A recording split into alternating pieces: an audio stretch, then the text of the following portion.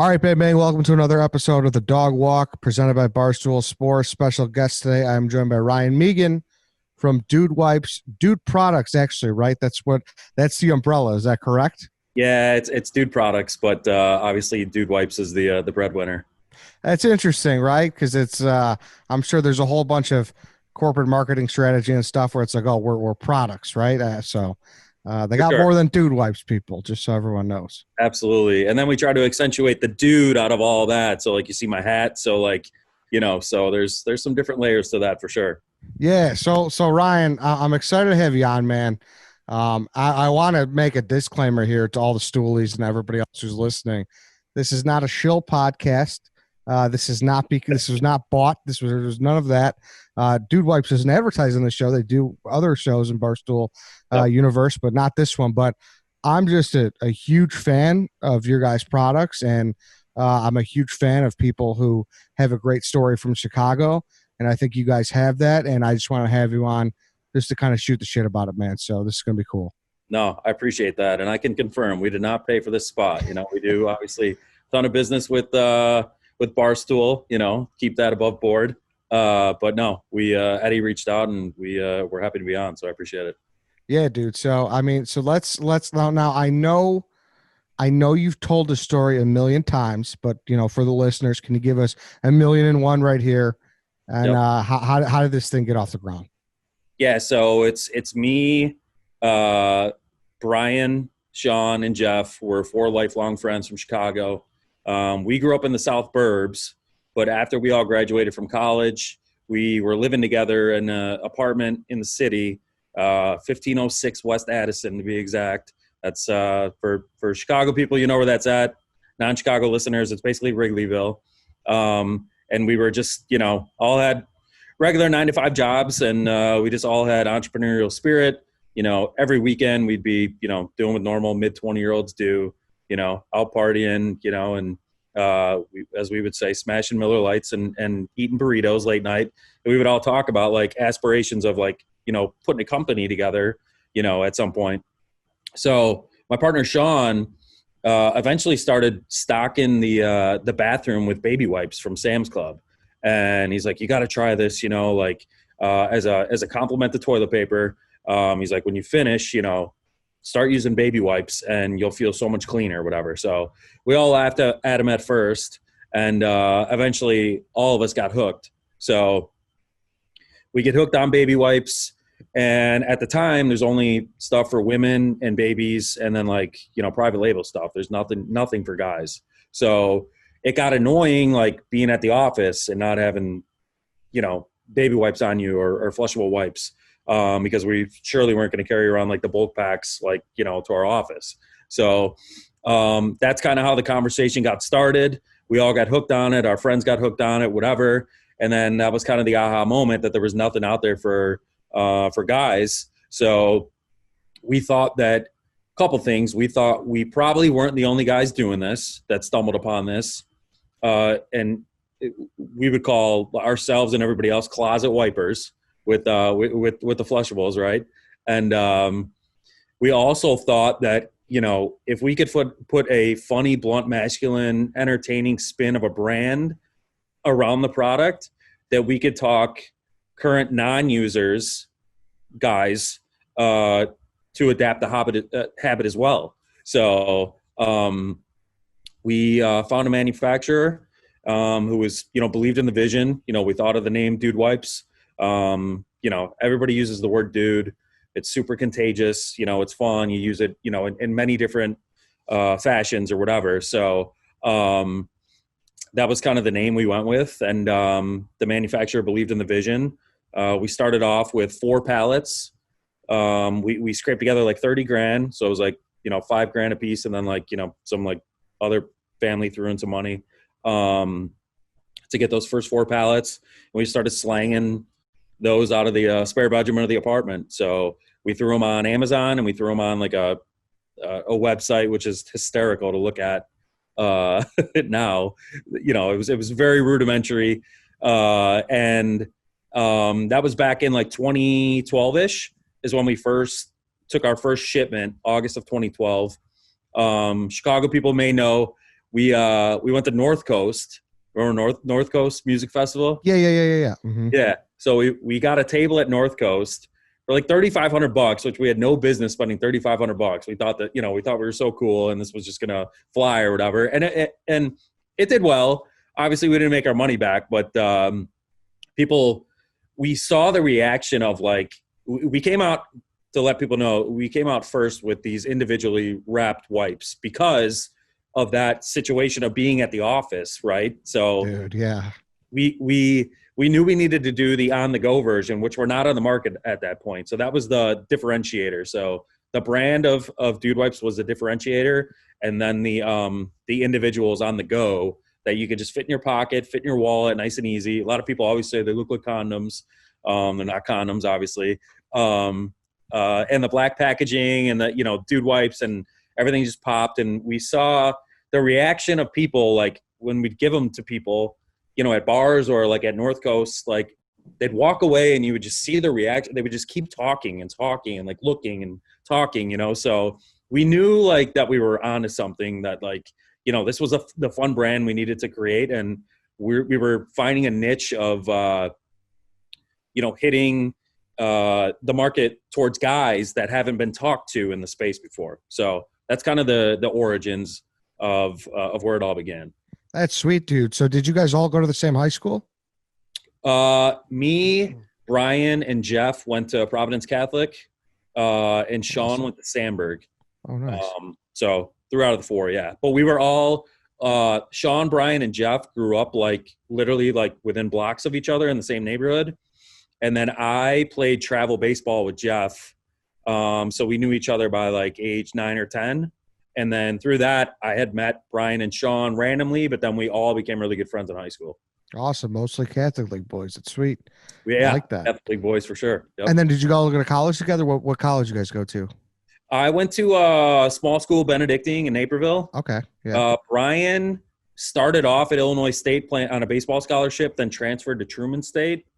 Sean went to Illinois State, graduated from Illinois State, and then Jeff went to Indiana. Big time guy in investment banking. Oh, there he is. Yeah, big time Indiana guy. Yeah. Dude, that's incredible. I mean, listen, that's the thing is everyone like has these ideas, I feel, and then they just get to the point where it's like, well, I just don't know how to do that. You know what I mean? And yeah. And I'm not, listen, $30,000 is a substantial amount of money, but if someone knew like, hey, like we could do that, like that's doable, Like, yeah, I mean, we tell people like just do it. You know what I mean? Like buy a first round or get some prototypes going and just start selling. Like that's what we did. We just got to market and figured it out along the way. Like none of us had retail experience. The good thing about having like the 4 of us was that it's a well-rounded team. Like Sean and I have sales and marketing backgrounds, whereas Brian and Jeff have financial backgrounds. So it was a good mixture of like, me and Sean knew how to sell and market it. And Jeff and Brian knew how to like make me and Sean like not make the company go bankrupt, Yeah, for sure. Pretty much. So for sure. So that was, 2000. And then we all had our 9-to-5 jobs through, I didn't come on board until, well, let me back up. Sean quit his job in late 2013, early 2014, something like that. So he was first full-time employee to come on and run the company. And then Sean, Brian, Jeff, and I still kept our 9-to-5 jobs. I didn't officially come on board until early 2016, and then Brian in 2016 as well. Jeff, stayed on. Jeff had a really good job with Deutsche Bank, so it didn't make sense for him to leave. And he was just, advising us on things because he's actually in mergers and acquisitions and like seeing brands grow and like all that stuff. So he was obviously really insightful voice in that regard. But yeah, I mean, we just kept grinding, day and night with our regular jobs, and then nights and weekends and all day on Dude Wipes as well, to get it to a point where we could all come on board full time, and things really started to click in like 2015ish. Yeah, dude, that's awesome. And I'm sure that for you guys was that a moment where like holy shit, like I could actually do this for a living. I can imagine that's pretty fucking cool. Yeah, no, it was definitely cool. And to give you like a little bit more insight on the growth there, like 2014, we got a deal with like Bass Pro, really small deal. 2015 2015 was a big year. We in January, Robin Big, rest in peace, Big Black. They did a full Fantasy Factory episode on Dude Wipes for free, like just because we would just send packages to Big Black, and he got on board with the Dude Wipes movement. So they did a full episode on that for free, which was huge exposure. And then in June of 2015, we sponsored Tyron Woodley, and we put Dude Wipes on the ass of his shorts, and he was on a pay-per-view against Rory McDonald, and it was a boring fight where they just danced around the whole time. So just Dude Wipes was on camera the entire time, and it ended up trending number 3 worldwide on Twitter that night. So that was, again, affirmation. Like, people talk about this brand, like, you know, like people like can't get enough of it, you know? And now, was this before Shark Tank or after? That was before Shark Tank. So the Woodley fight was in June, and then we ended up filming a couple weeks later in LA. We got invited out after going through several rounds of Shark Tank, and then it aired in October of 2015. All right, hey, let's take a quick break here. Let's talk about JP Graziano. So if you listened on Monday, if you listened on Tuesday, the draft, tinfoil, you know that we are currently in the midst of the biggest JP Graziano / dog walk crossover promo in the history of the show. All you got to do is go to tasterealchicago.com, enter the promo code Eddie, that's EDDIE, and you get 25% off all muffaletta or all giardiniera. Doesn't matter if it's mild, hot, the gift box, you get 1, you get 2, you get 3, doesn't matter. Everything peppers is 25% off, tasterealchicago.com. And hey, maybe you're looking to get a sub this week, maybe you're looking to get a catering tray, maybe you're looking to get a dessert tray. You know, Christmas is going to be a little different for everyone this year. But if you don't want to stop at the peppers, go to jpgraziano.com. Pre-order. Jim will take care of you for this Christmas. It's the best, I promise you. I got a cannoli tray last year for Christmas, and the family really enjoyed it. So go check out JP Graziano if you're looking for that. And like I said, don't miss out on this promo. It'd be crazy to miss out on this promo. That's tasterealchicago.com. Enter the code EDDIE, 25% off. All right, let's get back to the episode. Dude, that's like that's and shit like that. What you guys have done such a good job at is some that stuff is so invaluable. You know, like whatever that was, like, you know, whatever it cost to get on his trunks or whatever. That's just, it's just so huge. You know, you're trending, and then that's just like, and the way you guys have gone about that has been awesome. Whether it be, I know there was someone, who was it that talked about shitting, and then you sent them and they had it in the locker room. I'm trying. Archie Bradley, maybe Archie Bradley, the closer for the Diamondbacks. Yes, that was it. Years ago, he admitted to sharding, yes, like that was before he took the mound. And we sent him wipes, and then he posted. So like, we've done that with an MMA girl as well. We're always like on the ball in real time, because we understand the buzz that the brand creates, and we don't shy away from the kind of the blunt bathroom humor. We're kind of like the Barstool of our little niche category of the world, where we don't shy away from, like, we're not PC at all, you know, and that authenticity resonates with people. They appreciate it. You know, we're the brand and messaging, we always like to say, is we're just that other dude, one of your friends in the room that, like, you know, you guys are talking bluntly to each other and just having a good time, you know? So we're always on social media, you know, acting in real time, commenting in real time on things, and it just kind of flies. So yeah, and obviously we look for the bathroom situations that just creates content for us on the internet, you know? Yeah, you guys have just done such a great job with that. But then so the North Coast thing you said was, it just kind of took off from there, and you had no business putting the tent up, but it ended up kind of working out. So then you all kind of quit your jobs. You Tyron Woodley thing happens, and then finally you're finally brought up to Shark Tank, and that's another story I'm sure you've told a million times. But if you could give me 1,000,001, you know, whatever the short version of it, for sure, that'd be great. Well, let me say, North Coast was like 2013, so like it was years later that, like, things, when Jeff hears this, Jeff laughs to this day, like being the one of the finance guys, like that was the dumbest investment we've ever made, like, so we always laugh about it. But yeah, no, Shark Tank. We went to a in-person like walk-up tryout. I forget what year it was, but it was probably like 2013 or 14. Or no, it's probably 2012 or 2013 because we literally just had a prototype of the box. But we made an impression on the producer, and she's like we didn't even have product yet. She's like, this sounds ridiculous. Like, you guys are clowns. Like, keep in touch. Like, let me know, like, and that's just who we are. And we just be ourselves with the brand, and people love that. And the humor aspect is what, kind of people love. So, yeah, 2014, then we actually had like a business doing like a few $100,000 in sales.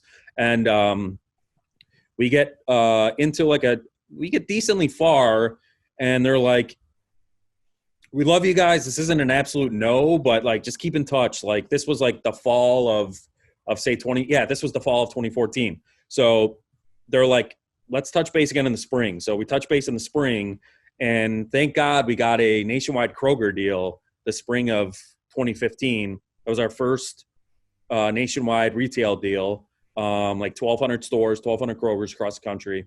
So that was what I think like sold them, like, okay, like we got to get these guys out here. So they invited us out to LA.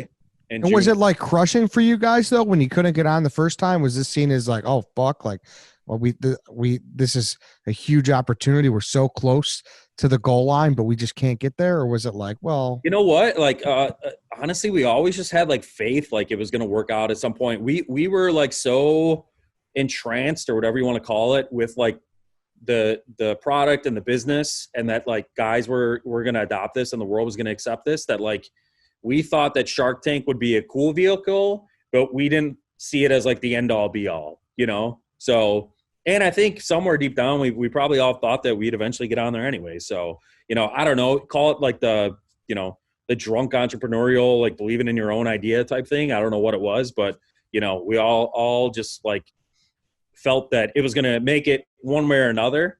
They ended up calling us out. It's a really, interesting experience. There's like, probably 3 or 4 dozen other companies out there, and you have to go in and like pitch the like producer.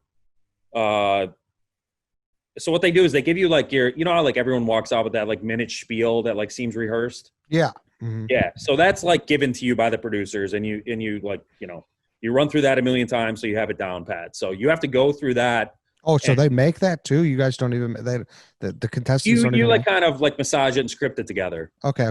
So, and you do that over weeks, and that's what like you have weekly phone calls with them, and they're like analyzing your business, and like you got to give them like weekly sales updates and like things like that to make sure like you're progressing, and it makes sense for them to call you out. So once you get out there, then you do that sort of pitch to the producer. His name's Clay Newbill, and they got to make sure that you're not going to like fall on your face when you're like, that you can like stand out there, like look presentable, be like, energetic, and like you're good for TV type of thing. Cause it is a TV show at the end of the day. Right. Yeah, for sure. We did well on that.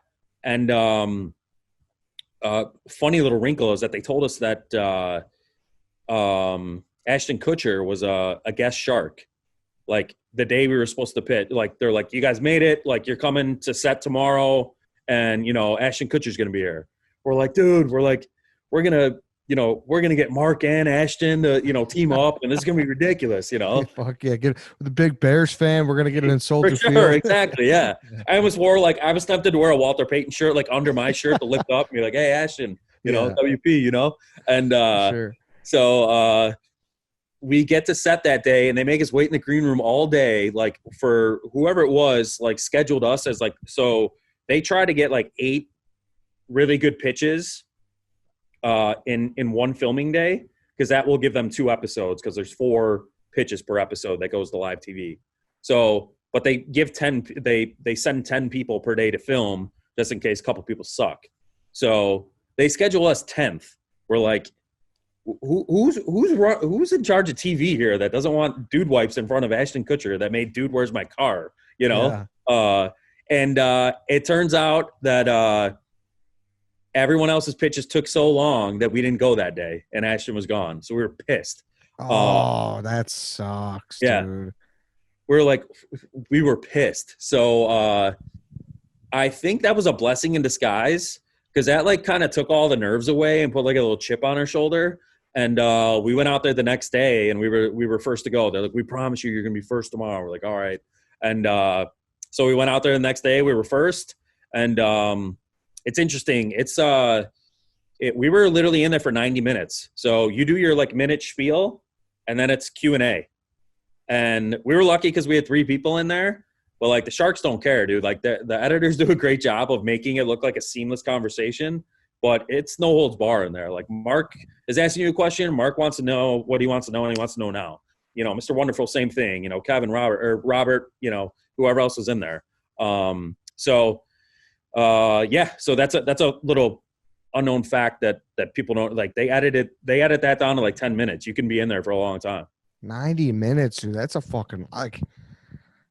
I can't like what do you get? There's so much shit. Do they know that you went to Providence too? Did you tell them your fucking varsity record and everything? No, they didn't know that. But it's like they don't know anything about you going in there. You know, they have no preconceived notions or anything. So the good thing was for us, like I said, we had 3 people, and the fact that we have a fun brand. There are a lot of jokes flying around, so it made the mood in there kind of calm. And obviously, then it gets intense towards the end when people start talking valuation and offers.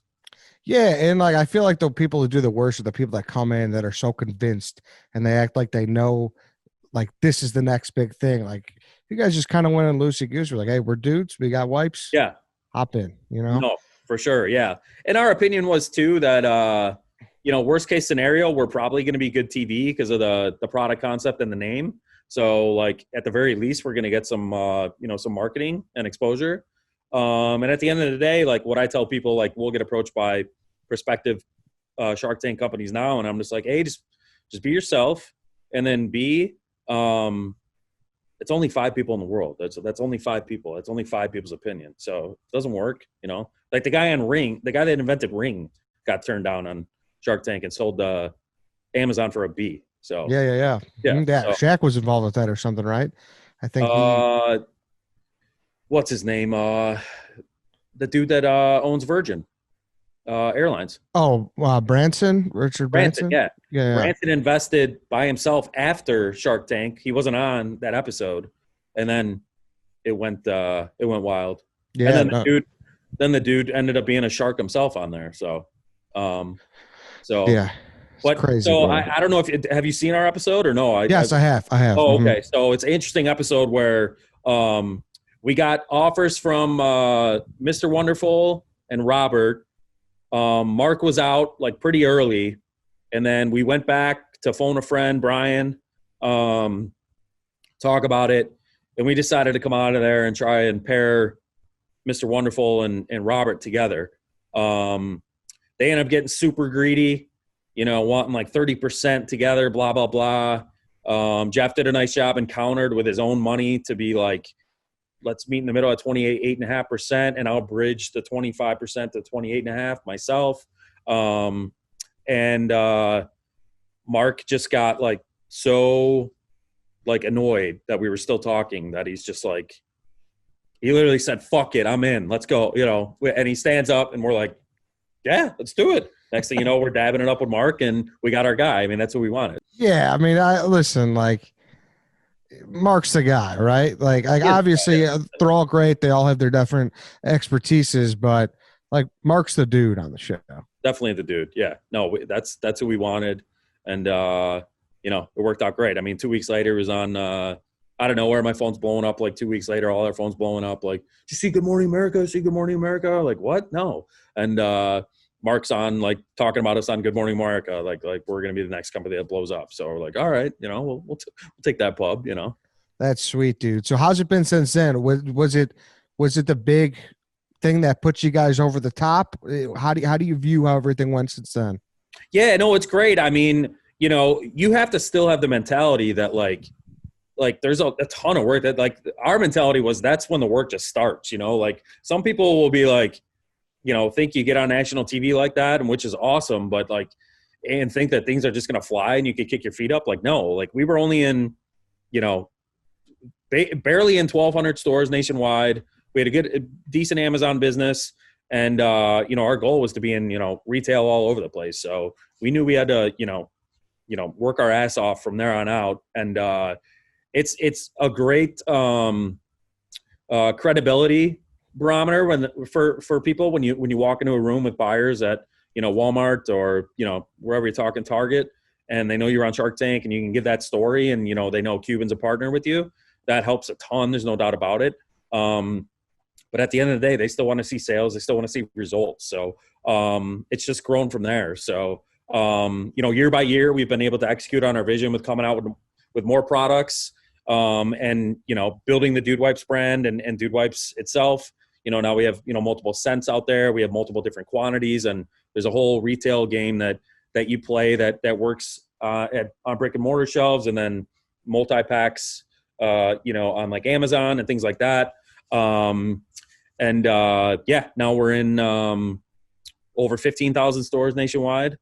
Like literally right now, we have like 7 of the top 25 personal care wipe products ranked on Amazon, 1, 2, and 3, and 7 of the top 25.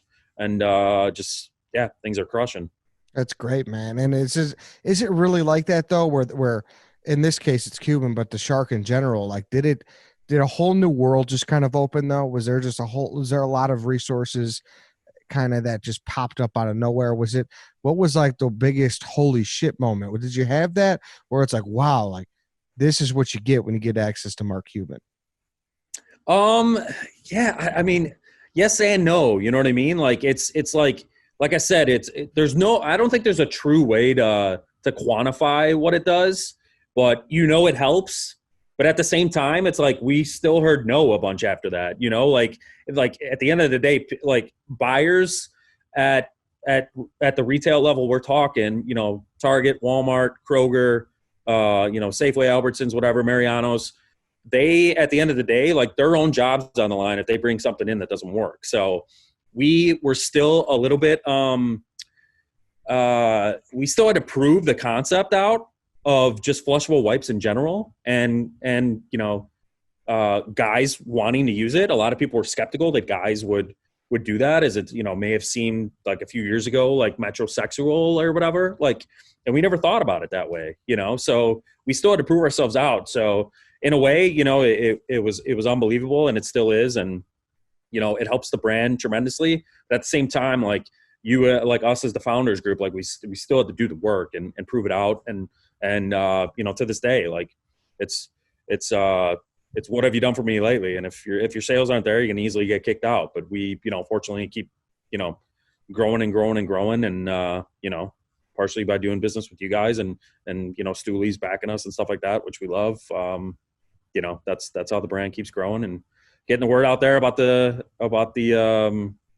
routine, of flushable wipes. Yeah, for sure. What was the toughest no? Did you guys have a no that we were like, man, that really bummed you out? There's been several, man. I mean, there's been a lot of no's, but it's almost like the no's, like put that chip on your shoulder. It's like, I'm wrong, So it's like, we have emails we laugh about, like telling off buyers back in like 2014 of like, which we had no business telling off at that time because we had nothing. We probably had, we had like a few $100,000 in sales, and they're just like, this isn't going to happen. Guys aren't going to buy this, but it truly is the, as Dave always says, it truly is the brick by brick, like nothing really happens overnight. Like this has been like a decade process. And, in our category, you hear about, like bidets in Japan, you hear about, wipes in Europe that have been going on for a long time. Typically they say the US and the Western world is slower to that market. So, in 2013 and 14 and 15, even, it was kind of a joke. Like there's no way that's going to happen here, but you see the tide turning. And, even with COVID this year, more people are coming in the category with that toilet paper shortage. And we have stats that tell us that 8 out of 10 people that try the category, that try flushable wipes, they stay. They don't ever go back. So that's amazing data for us moving forward. And we're just looking to put the good word out there that this is, what you should do, and don't be ashamed by it. It's, Big time. you just feel so much better and so much cleaner. Big time. And then was there a breakthrough? Yes. Like, how big was Target? Obviously that Kroger deal was huge because it got you into Shark Tank. Was Yep. that the big one, or was there another one that was like, wow, this is Kroger was absolutely huge to like get that respect going into Shark Tank. And then to be able to sustain that and be kept in there and not like discontinued or anything like that. That was huge over a couple year period, while we still we used Kroger as like trying to sell other retailers. Like, look, we're in Kroger, but like still some were skeptical. So like I said, 2015 to where we're at 2020, there's been still a ton of growth and a ton of, yeses that we had to get. So, but I would say the biggest yes was probably Walmart. We got that a couple years ago, and they've really just championed us, man. Like we are in 3 of their aisles right now. We're in their main toilet paper aisle with 3 products. We got our single 48 count pack in there. We got our 15 pack single on the go. And then we have a 2-pack of the 48 count dispenser packs stickered together. Nice. And then a new aisle,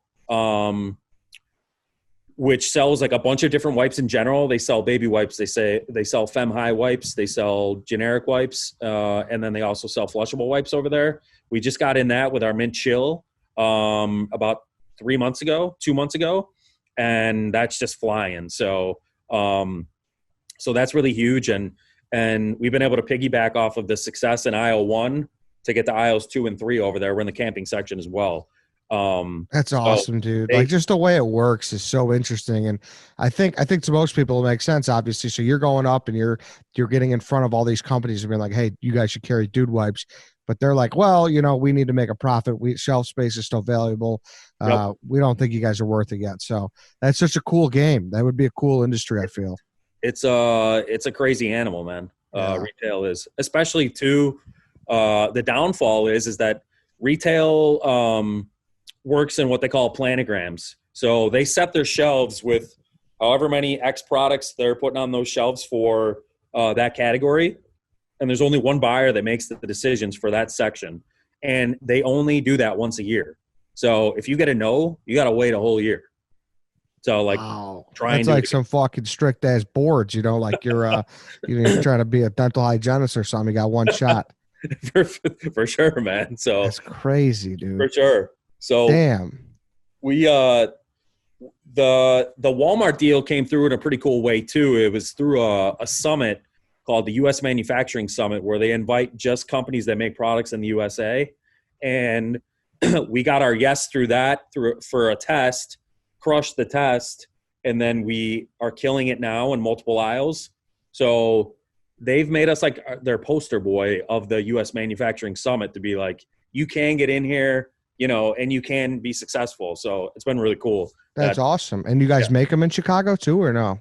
No, the flushable wipes are made in Arkansas. Oh, nice. Yeah. And then you guys do have an office here, though, obviously, right? We actually all work remote and have always worked remote. Oh, damn! So there's no Dude Wipes Fantasy Factory, huh? No, we have our third-party logistics company, which is our warehousing and distribution side of things, is out of just on the street from O'Hare. So that's where all product is stored. And then everything is run, basically electronically through that. So like all purchase orders come in, from the retailers that hit our servers, hit the distribution server, and they pack it up and ship it out for us. And now that you have Walmart and it's been such a success, what's like the next thing? Like, is there anything that you're like really itching to get into? Like, what would be like, man, we really want this. Costco's the next whale that we want to get. So. That's huge. Yeah, Costco, just a different level of distribution, like how much product they use or distribute and sell. So Costco's the next big boy we're after. We're on samsclub.com right now, and then getting in Sam's Club stores in January, which is obviously huge as well. When that goes really well, we're confident that it will. we feel like that Costco domino will fall as well, which will be the biggest get of all. How many are going to come into a pack for Sam's Club? Like, is it going to be like a big They're box, or is it going to be like big five? box. It's all branded out in dude wipes or whatever. And there's 8 packs of our dispenser packs in there. So it's like 8 an 8 count. Beautiful, Yeah. man. Yeah, because like you brought up these. This is there's a couple products that I want to talk about, and obviously you have the standard, which you guys kind of you guys built the brand on the standard 48 count. Right? Was that at 48, 42? 48, yeah. 48, yeah. But those single wipes, like you talked about earlier, Yeah. that are the size of a condom, you just put it in your wallet. I saw that, man. I saw that, and I was like, man. It just brought me back to like Country Thunder. It brought me back to a Yep. bad porta potty situation. I'm For like, sure. dude, Yep. this is essential. Yep, exactly. So I'm like, that's what we this. always envision. Like if we could put the brand around it to like get people intrigued to try, we knew, like we said, once they try it, they'll be hooked. And the on the goes are clutch. I mean, Dude, you never know what situation you're gonna be walking into with, as we say, sandpaper in an office bathroom or a porta potty or whatever. You can't trust it. Dude, yeah, exactly. It's crucial. Like you should have some of those. Like I got some in the car. Like you just never know. For sure. You never know what kind of situation you're gonna be in. And then the new thing that's kind of like fucking shook me is the Dude Wiper 1000. Yep. That thing's unbelievable too. I was looking forward to you going there. I know you've been a big fan of that and talking about that. Yeah, the Dude Wiper 1000 for people out there is a bidet attachment. It's a super easy, idiot-proof installation. Like I'm not a handy guy at all. Did it in like 2 seconds. You hook it up to your toilet. It's got a dual nozzle, and you just let that thing blast, and you just use a little dry toilet paper to finish it up, and you're good to go. So it's different level clean. How much more popular are bidets coming in United States? Is that something where as far as you just said 8 out of 10 people stick with flushable wipes? Is there something like that? Because I feel like bidets are gonna keep getting more popular. Bidets are gonna jump off for sure. They're behind flushable wipes right now. I think flushable wipes is definitely ahead of them in the pecking order. As Americans, I don't know why we're just like a little slower to take on to that, especially the taboo stuff. And that's why we do the funny ass marketing, because we kind of alleviate the tabooness and just go straight for it. But bidets are going to be big. So we're excited to be in that market, and give those bad boys a couple years, and it's going to be prevalent for sure. I completely agree. And then did you guys ever take shit about the name at all? Do people give you shit about Dude or no? What do you mean? Like people are like, oh, it's there's only talking about guys, like it's only for dudes. Oh yeah, dude, all the time. We get the Twitter trolls that say we're toxic masculinity, all that sort of stuff, and it's like that's actually not our thing whatsoever. Our thing is having being goofy. Fun. Yeah, being goofy, having fun, and we say we have a ton of girls and women that use the product, and we call them dudettes, but at the same time, we feel like everybody calls themselves dude. Like girls even use the word dude. Like it's for everybody. So that's all we say about that. We're not, we more call it dude to call attention to our stinky ass selves that like, hey, like, you might want to try this because it's great, but in the meantime, it's for everybody. So, yeah, but yeah, sure. we get the trolls, no doubt. Yeah, I would imagine so. And then do you guys get shit about people being anti-flushable wipe? Because I know there's this big crusade that they clog the toilets. People don't like them. They're a big problem for plumbers. Do you get a lot of shit about that? We do from time to time. It's definitely a hot button topic, but there are plenty of like high profile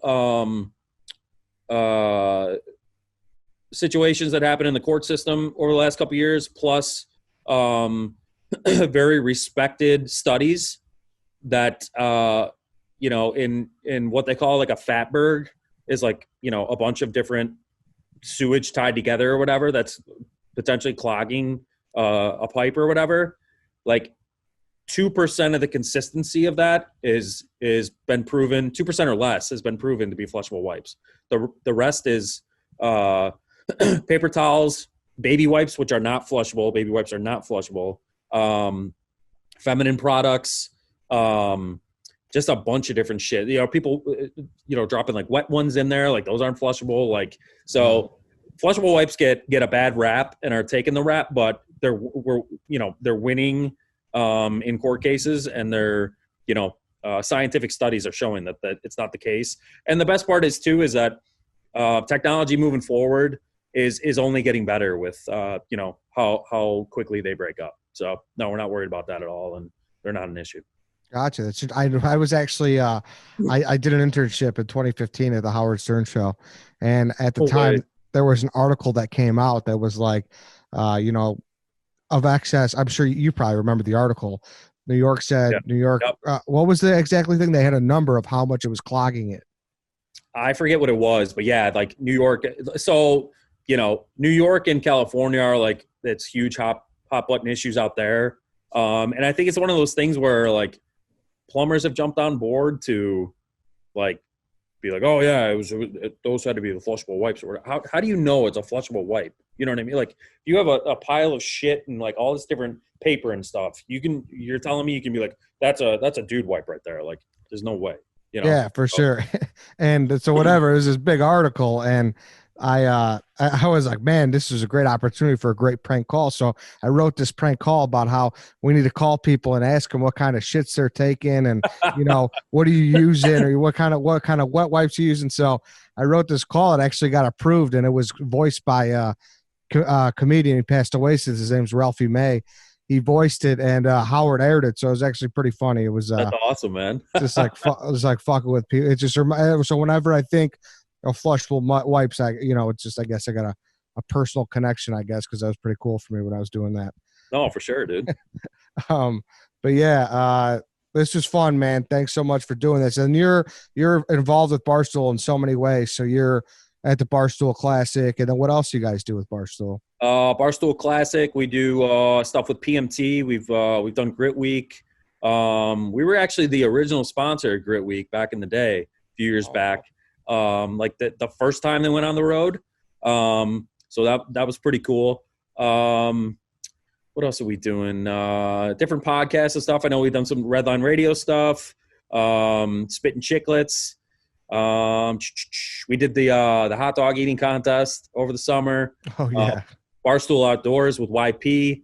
And, we're having some really fun conversations right now about where to take things in 2021 with you guys. So it just makes so much sense for us because we can talk to so many different dudes and so many different franchises and niches, that like, you guys, reach, your own audience with your own humor and the Chicago aspect. PMT obviously does their thing. And then Outdoors is a whole different separate guy for us that love to carry our on the go stuff or our showers, dude showers.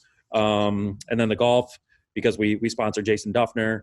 So we're building kind of off that. So yeah, man, I mean, it's just a beautiful place for us to market the dude brand. Yeah. So many different avenues of people for sure that follow Barstool. It's been pretty successful so far, you'd say, with Barstool. Yeah, it's been awesome, man.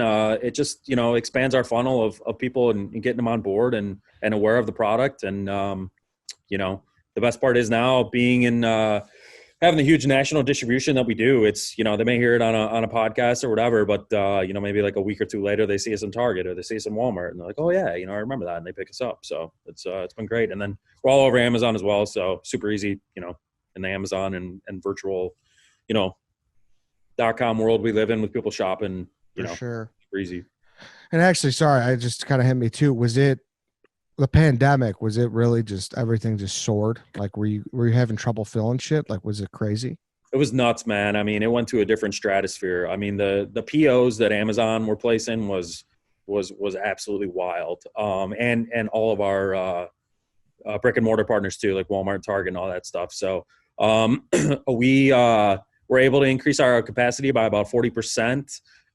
We turned down a bunch of stuff, but still being increased 40% and fulfill that, on the fly with what you had planned, with what we had planned with our manufacturer. Our manufacturer is great.